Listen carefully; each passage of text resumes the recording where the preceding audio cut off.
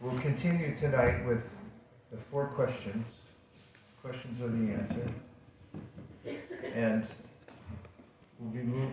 we'll discuss what we talked about yesterday, and then I'll move into the second question for you tonight that readjusts our lives and puts it on the correct path according to our transcendental natures. But first we'll sing a Hare Krishna song, because it's the song that we keep in our hearts that drives our lives. Everyone keeps some kind of song in their heart, but when we're able to keep the Maha Mantra always flowing within our minds and our hearts, then life becomes fully auspicious. Cheto Darpana Marjanam Bhava Mahadavagni Nirvapanam Shreya Kairava. The white lotus of good fortune opens just because of the presence of the holy name. So, are you ready? Yes. Is everybody okay? Everybody happy? Yes. Okay.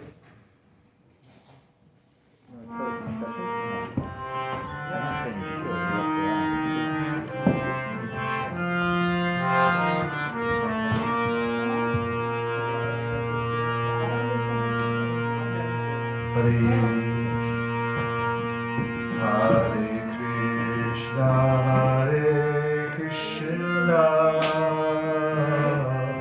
Krishna Krishna, Hare Hare, Hare Rama, Hare Rama, Rama Rama, Hare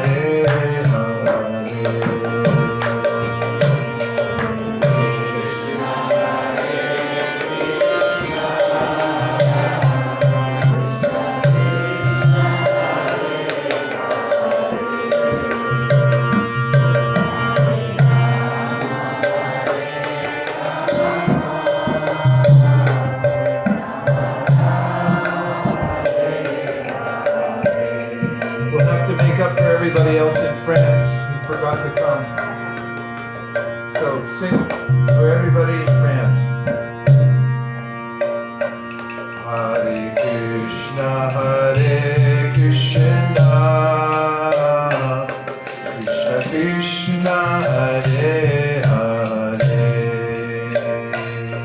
Hare Rama, Hare Rama, Rama Hare Hare, Krishna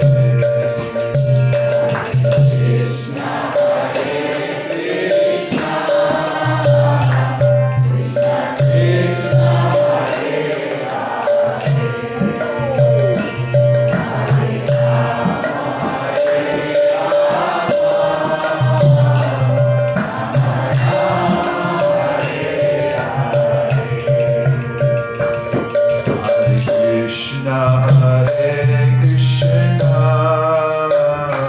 Krishna Krishna, Hare Hare, Hare Rama, Hare Rama, Krishna Krishna, Hare Hare, Hare Rama, Hare Rama, Rama Rama, Hare Hare,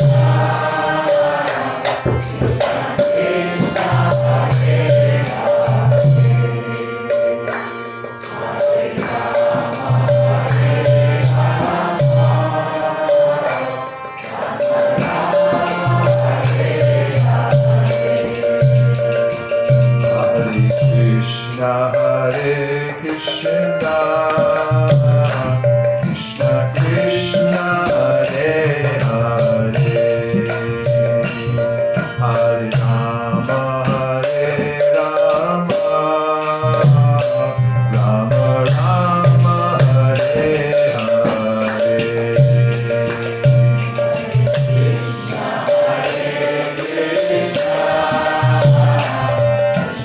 Krishna Hare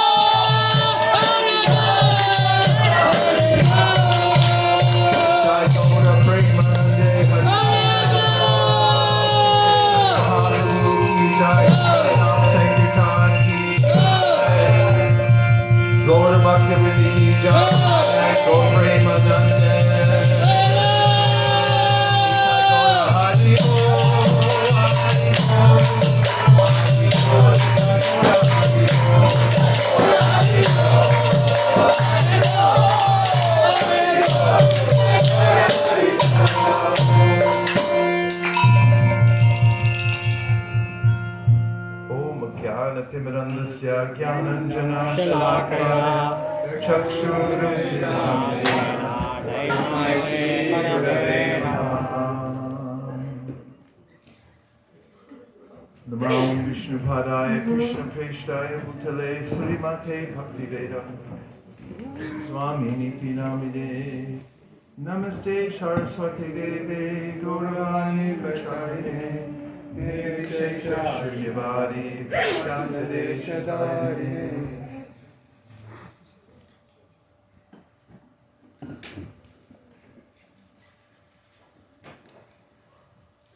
We have a very short life, says the Srimad Bhagavatam, as humans, but it's very valuable.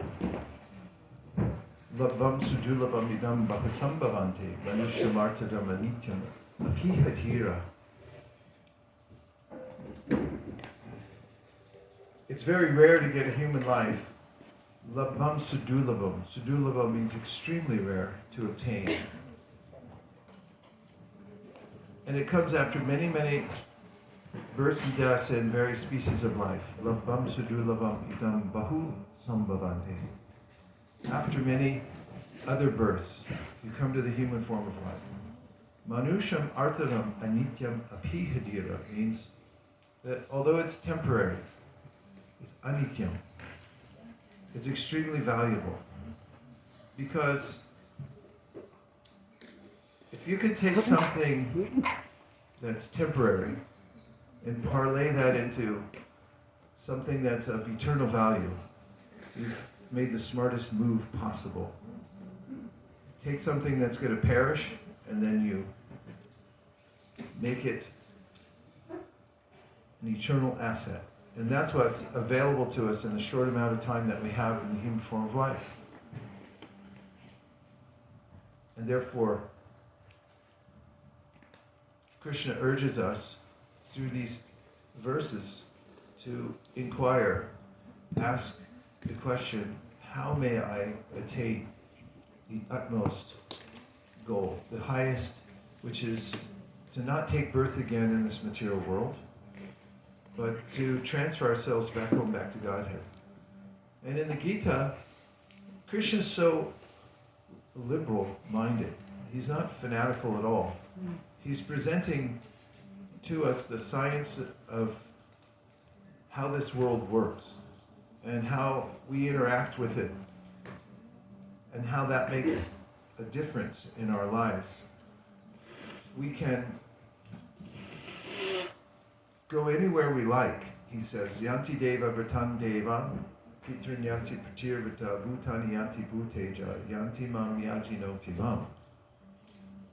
You can choose wherever you wish to go. And it has to do with where we apply our attention. Try closing your eyes for a minute and sit up a little straighter than you were a moment ago.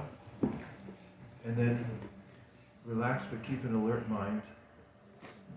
And bring your attention to your breath.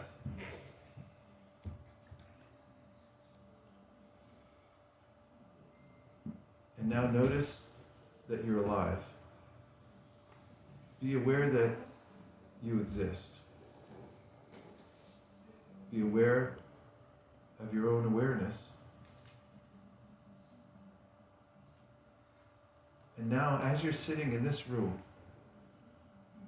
transfer your attention into the temple room and place it just before the altar, so you're seeing the deities in the temple room.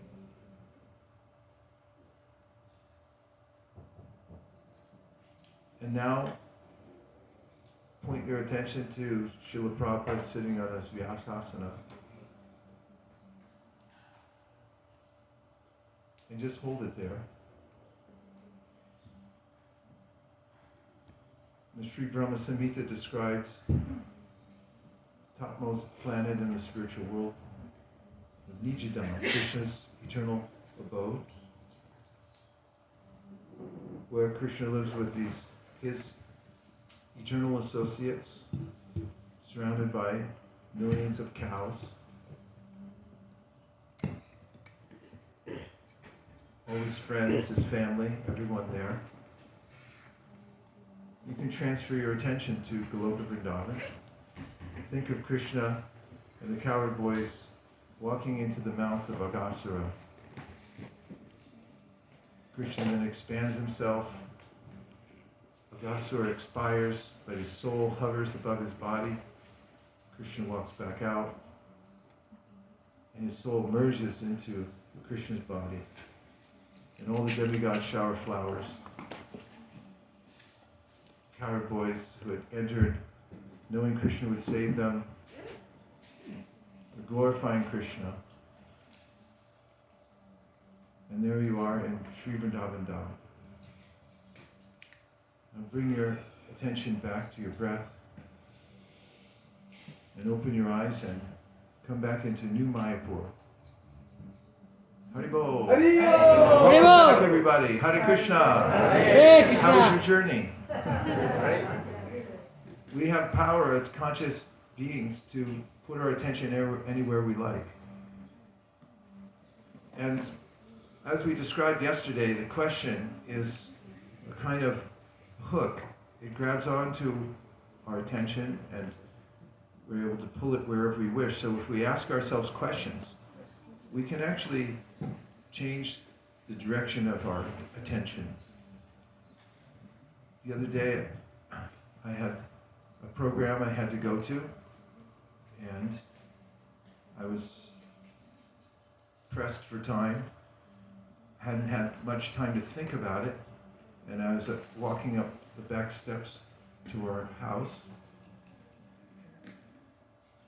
I was feeling a little overwhelmed, and then I asked myself the question, what is my purpose? Do you remember that question from yesterday? Yeah. It's like asking, why am I doing this?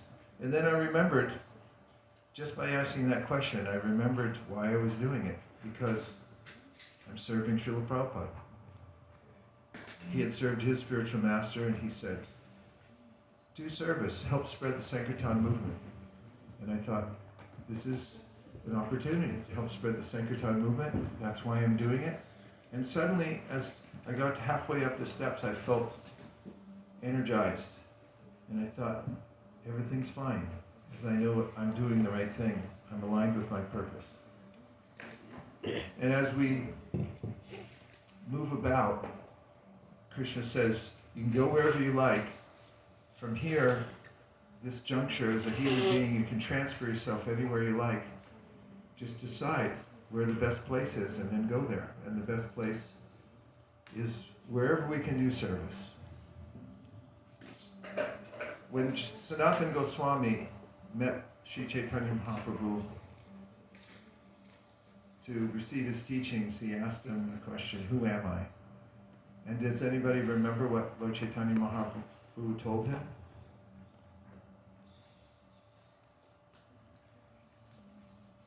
Jivara, Krishnara. He said, you're an eternal servant of Krishna. And Bhaktivinoda Thakur says, Jiv Krishna das e bishwas korleto arduponai. If you say that I'm eternal servant of Krishna, and you align yourself with this idea, then no more misery for you. So everyone like to try it? Say, I'm a servant of Krishna. Servant of Krishna. And I had a godbrother named Krita Karma, and he helped to train me up early on. And sometimes I'd go around different places with him, and when people would look at us dressed the way we were, he'd ask, what are you? And he'd always say, we're servants of Lord Krishna. And I thought, that's a good occupation. I'm glad I'm doing this. I'd like to be a servant of Krishna. Because when we're serving Krishna, it doesn't matter where we are. Narayana parak sarve na kutaschana bipiti swarga pavarga narakeshu apitulyartha darshana. It's equal, whatever place. As long as we have service, then we'll be happy. So the next question in the 4 questions is, how may I be of service? Everyone please say that. Service. Now try turning to somebody next to you and say, how may it be of service? How may I be of service? Your service. How may it be of service?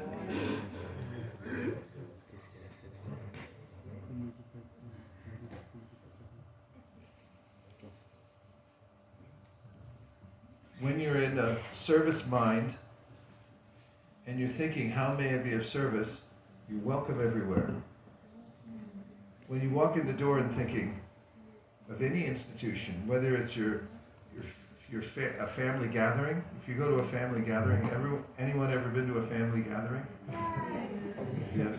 If you walk in thinking, I hope they all serve me well when I get here. And you get there and you're thinking, my mother's going to serve me, my father, and then your mother's busy, father's home late. It's like, wait a minute, I expected service from my parents. Of course, they did service when we were children, right? And you might think, how come my brother and sister don't appreciate how successful I've been? They should serve me also. Immediately feel awkward. If I go to a gathering anywhere and I think, here I am, center of attention, then there's always a sense of anxiety. But as soon as we find out where the service is and we engage in service, then we're immediately on the inside. We become insiders. You can go someplace where you're complete unknown, and then you can say, how may I be of service? And we'll say, move those chairs from here to there. And suddenly you're moving chairs, you're doing the service, and people look like, oh, that guy must be an insider. He's got service here, he's moving chairs. So all the inside association is where the servants are. And when one realigns oneself with this idea that I am a servant, as Lord Chaitanya said, this is our eternal constitutional position. The first servant and the first person who thinks, I'm a servant eternally, who is that person? Balaram. Balaram, yeah. Of course, Sri Radhe always thinks like that too. But mentioned in the Chaitanya Charitamrita that Balaram's the first expansion of Krishna. They're the same except for their color and their attitude. The attitude of Balaram is, how can I serve Krishna? And he thinks of every single way he can serve Krishna, all the way down to Ananta Shesha, which means anything left over. Shesha means the remainder. He covers everything in the spiritual world, manifests as Krishna's shoes and his Brahman thread and his bed and all the structures in Vrindavan where Krishna plays his pastimes. And he's constantly there with Krishna to assist him in his pastimes whenever it's appropriate. When it's not, he stays home. And then he manifests himself as the Chaturvyuha, and then the Mahasamkarshana, then the secondary Chaturvyuha, and then Mahavishnu, and then Garbhadakshay Vishnu, Kshirodakshay Vishnu. And all of these expansions of Lord Balaram are for one reason, and that is to serve. Just to serve. He's thinking all the ways he can serve.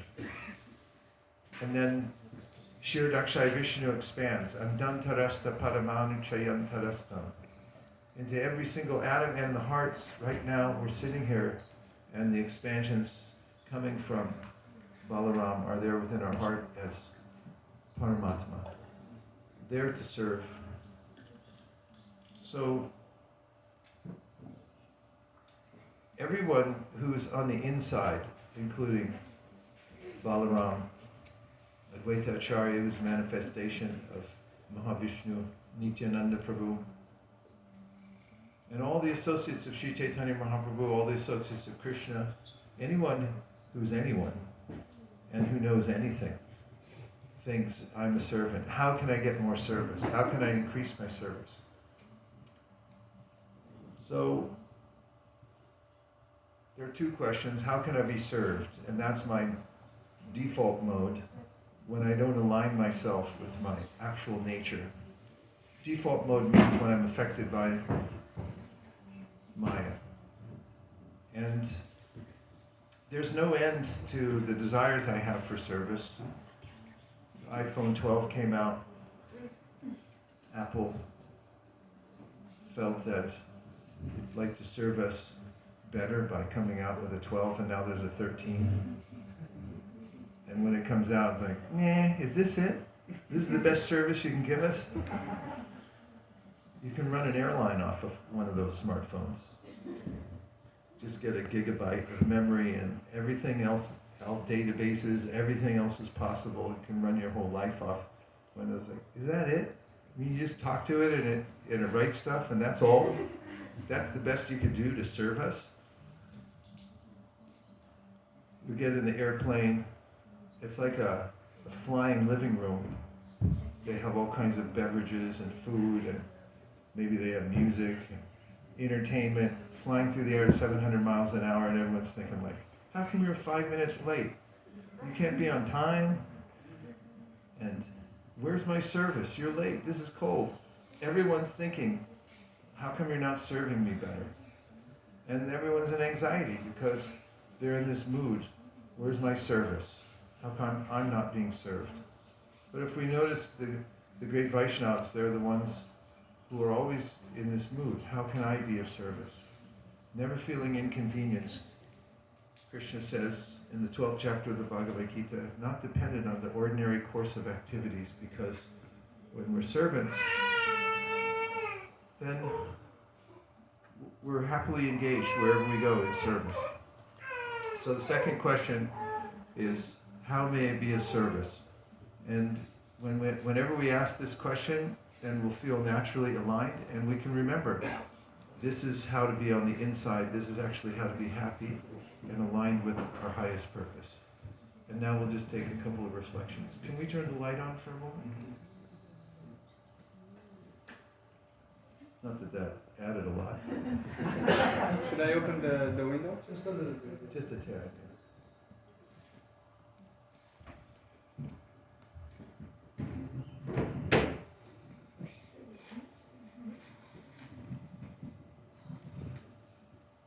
So yesterday we discussed what's my purpose, and today I mentioned the second question that one may ask oneself to be fully aligned, which is how may I be of service? And just like to hear any reflections, responses that you have to anything you've heard so far. Yes, Prabhu.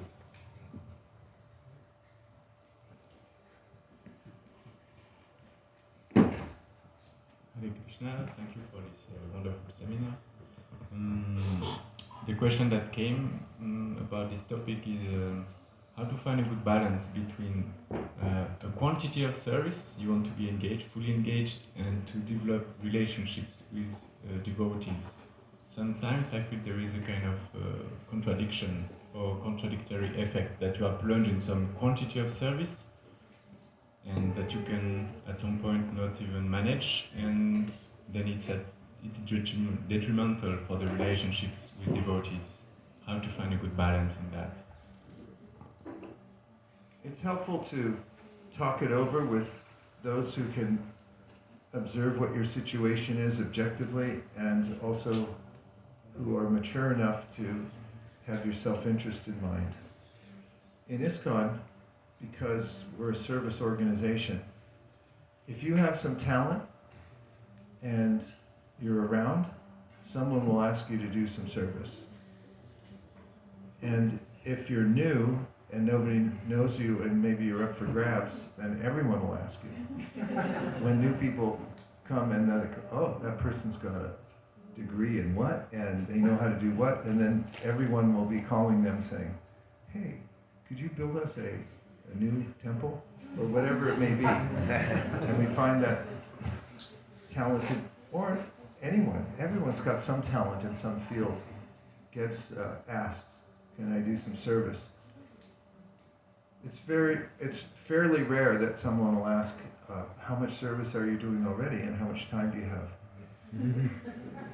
So it's good to align oneself with somebody in your upline that you can check in with and make sure that you're not doing too much. Because there is a phenomena that's mentioned even in the corporate world, and that is that it's possible to rise to the level of your own incompetence. You keep taking more and more until actually you can't do any of it properly. So it requires guidance and also consideration. In the Bhagavad Gita, Krishna says, Yukta hara viharasya, yukta cheshtasya karmasu, yukta swapna vabodasya yogo bhavati dukkha, which means that you should be regulated in your work, and you should be regulated in your recreation, and also in your sleep and your eating. So it takes some thought, because ultimately when we're regulated, means we take care of ourselves. Sometimes I've seen, that it's possible to work so hard that you might have a physical or mental breakdown, and then you can't do any service at all. Better to be steady and consistent over time. I see that at Govardhan Hill. When we used to go around Govardhan Hill every day, and we thought of it as a race, it was an athletic event. Of course, it was very devotional too, but we didn't want anybody to pass us on the parkrun. I did notice that those people who pulled over and took a break, even for a little while, finished after those who just kept going, no matter how fast they were. Steady approach is very important. So it's a good question, and we should try to notice how balanced we are in our life. Don't do too much and don't do too little, that's what Krishna says. Just so that you can stay steady on the path. Consistency is king. Yes, Prabhu.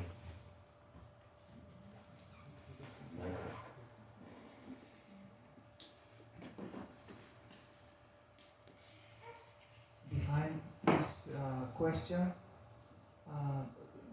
to ask sincerely ourselves this question, we need to switch our psychological disposition. I mean, like normally our upbringing, in my case, for example, it's egoistic, and we think like normally the thought of life is sense gratification. So the mind is always like thinking, what can I get from which kind of pleasures life can offer to me. But to ask this question, we need to realize that the pleasures, the happiness is not limited to the sense gratification. We need to discover the new world of beyond the sense gratification. There is something else. The sense gratification is not there, but I'm even happier than before the sense gratification. Happier than while the sense gratification was my fuel in life. So sometimes this requires a lot of endeavor. Some devotees, like for example, from my point of view, Indian devotees, most of my Indian friends from traditional Indian families, they have super head start. They have such a privilege and advantage because they have some remnants of Vedic culture, and they are trained to serve, to go in before the festival and whole night make garlands and cook and do stuff and all these things. And always the first thing naturally they go give donation. Like for example, there was one in Amsterdam. There was some Indian gentleman, devotee, who it was his first visit to Holland, and he was actually leader of some group, administrative group for training, and all others they went to seek some pleasures in Amsterdam, but he came to the temple to chant his 16 rounds and listen, and he has completely different concept of happiness. So this question is challenging for some of us to really to understand what prevents us to spontaneously ask, and otherwise it's so inspirational that there are such people who have the background which makes them spontaneously be trained in this way. There may be some momentum that people have in their lives, definitely. I find that in a community, for instance, we have a community on the west coast of America in Silicon Valley, and over time we've inculcated the value of service and also of giving, as you mentioned. And when devotees are given an opportunity to give, to do service, they notice that they're happier.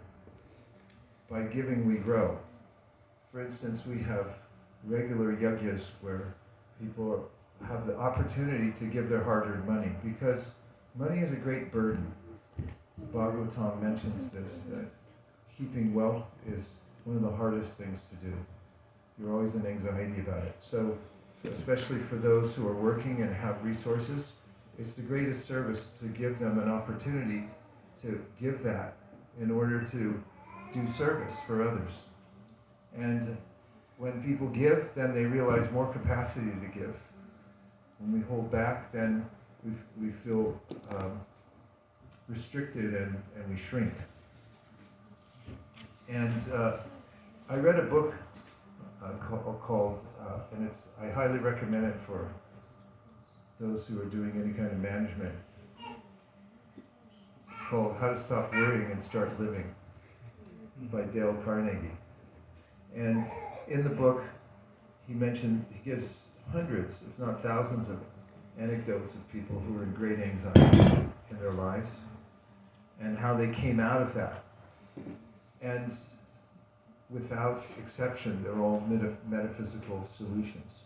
But one of the commonsensical solutions that he talks about is a gentleman who was in great anxiety. He had some legal challenges that seemed catastrophic, and then he got the advice to go out and do some service for others. And as soon as he did, then he felt relief, because he came out of the small world of his mind where the thoughts were going around like a ceiling fan again and again. Oh, what might happen? What might happen? And when he went out and he thought about how to help somebody else, and he saw other people are similarly suffering and in anxiety, and now he became the servant rather than the person worrying about his own particular circumstance, then he suddenly felt, oh, I'm okay. And this is one of the meanings of the verse, Narayana Paraksarvena Kutaschana Pipyati, Swarga Pavarga Narakishu Apitulyarta Darshina. Tulya means equal, and Naraka means hell, and Swarga means heaven. So to a person who's service-oriented, heaven and hell are the same. It's important to inculcate the service mood in every community and every household, because there's no possibility of being happy in life without it. When children grow up, of course, at a certain age, they feel like the center of attention, but we see that children who are given an opportunity to do service at a young age, and they start to develop that attitude that, yes, when I come somewhere, I do service, you'll find that they excel, and they're happier. They feel satisfied. If you spoil a child by saying, no, you can have whatever you want, then they're never happy, and they can never have gratitude, because everything comes to them automatically. So it's important to inculcate this. That's why asking the question is important. How may I be of service? And that's what our whole organization is about, how we can serve Krishna. It's not about how we can find a comfortable place in the material world, because there isn't one. And also, we're not meant to take an entitled position. There's no entitlement in devotional service. As soon as I feel entitled that I deserve more than everybody else, that's when I naturally feel anxiety. So that's why they play the games. You have to do the inculcation. But it's not that far away, because it's our dharma, it's our Sanatan dharma to be servants. And it sounds unreasonable at first to some people, actually not. When you mention it anywhere, like even in a corporate environment where people are working hard, there's an ethos nowadays in corporate America where corporations give away some of their earnings. And part of that was started by the head of Salesforce, which is a very large corporation. The man who runs it happens to be spiritually minded. He had met this person named Amachi early on, and she had told him, don't keep all your money that you make from your businesses. Said, give away. You should give away as much as you can. So he started early on giving away, and the more he gave away, the more he flourished. Actually, there's a devotee that lives in Singapore. He comes to Silicon Valley quite frequently. He's a disciple of Radha Swami, and he's been very successful in business. Multiple businesses, multiple successes. And he has an organization in Silicon Valley called the Arta Forum, where similarly successful people gather and they talk about spiritual values. So the last time I met with him and some other wealthy business people from Silicon Valley, he was telling us of his findings, because he found this vein throughout the business world, starting with the kinds of examples I gave you about Salesforce and how they give away a portion of their income and how they do better. He said, actually, this is universal. Like in India, Tata is one of the most successful corporations, and before they even started, they decided to give away more than 50% of what they earn to charitable causes. And they've been the longest standing successful corporation in India, Tata, right? Yeah. So then he was telling us that he helps to organize devotees. There are devotees around the world they just have the success potency. You look at him, they go, oh, the guy's going to make money. And so you can go to the dark side of the moon, he'll still make money.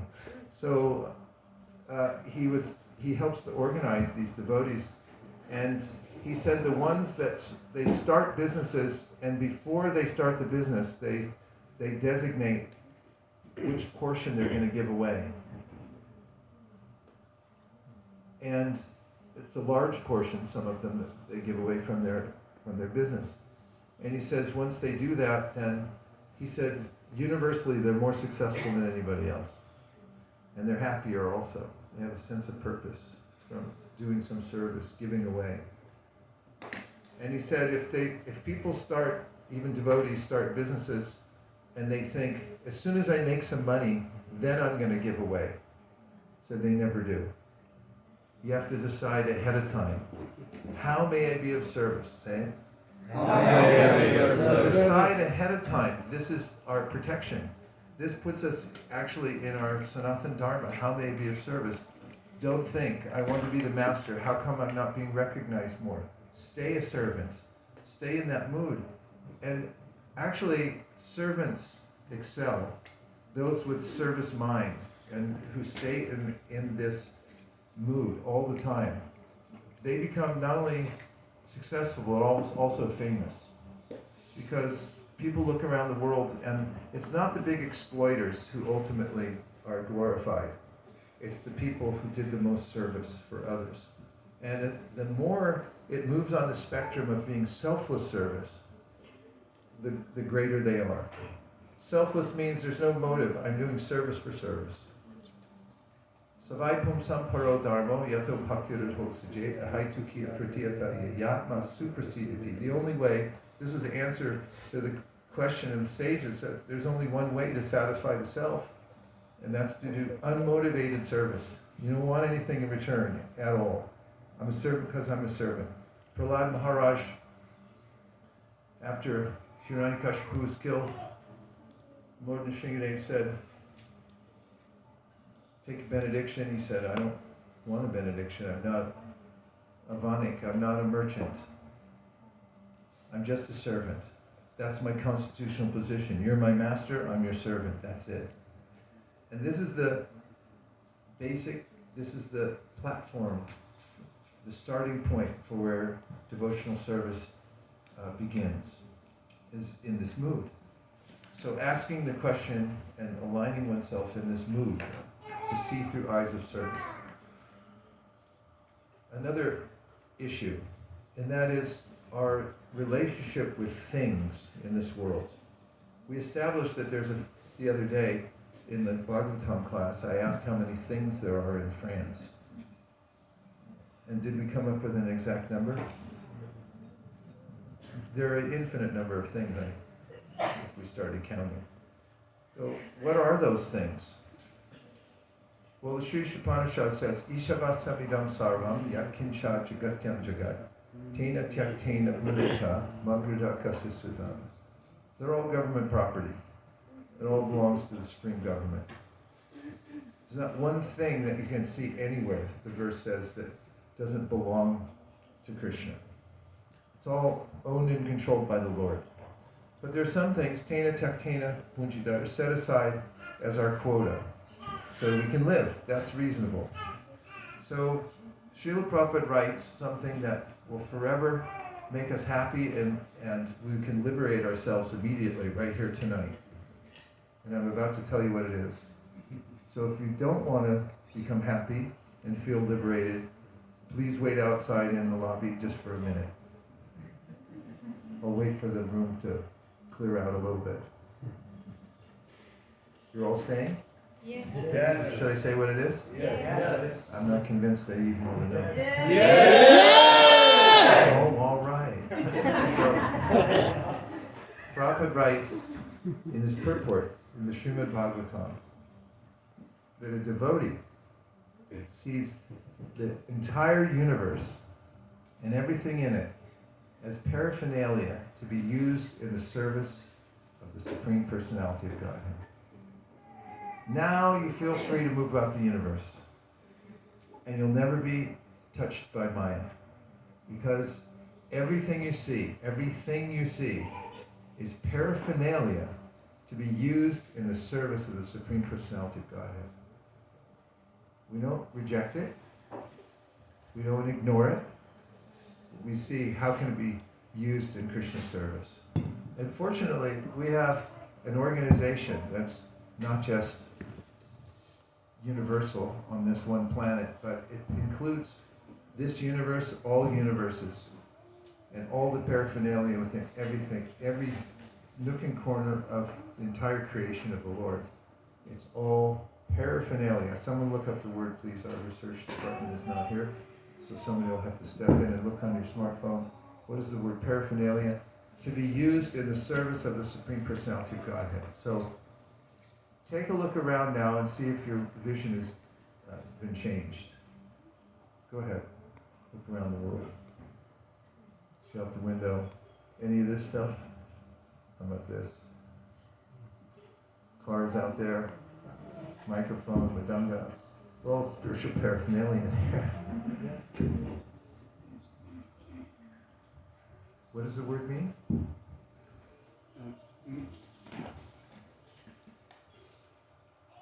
Miscellaneous article. Miscellaneous articles, especially the equipment needed for a particularly activity. Yes, and our particular activity is service to the Supreme Personality of Godhead. So now you're liberated. You don't have to worry about a thing. There's a phenomena that Krishna mentions in the Bhagavad Gita. Jayato vishayam pumsam sangasteshu bhajayate. He says that when we look at the world and we don't know this principle, and we're not asking the question, how may it be of service? What happens is, we look at things and we meditate on them and they think, mine, I want to own that, I want to control it. And that's when he says you get into trouble, because as soon as you look at something and you think that's for me, that's for my control and pleasure, then he says you get a sangha with it. Sangha becomes part of you, and now it's a problem for you, it becomes part of you. On the other side, he says in the 5th chapter of the Bhagavad Gita, Brahmanyadaya karmani sangam chakva karotiya lipitena sapapena padma patram ivambasa. And that is that if someone's looking around the world and they're thinking, how can all this be used in Krishna's service? He said, they're never touched by the material energy. And then he compares the person who's able to do this to a lotus that grows out of the mud, stays in the water, but is never touched by the mud and never touched by the water, because, well, that's just how lotus flowers roll. Because they have this covering where water doesn't stick to them. It just rolls right off. And even when the lotus pops out of the mud, they're called Padmaja. They're born from mud at the bottom, but it's such a flower that it's not besmirched. It doesn't besmirched.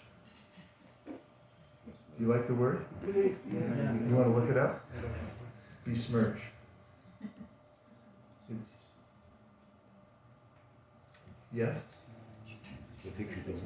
Yeah, these. Everyone say besmirch. Besmirched. You don't want to be besmirched, right?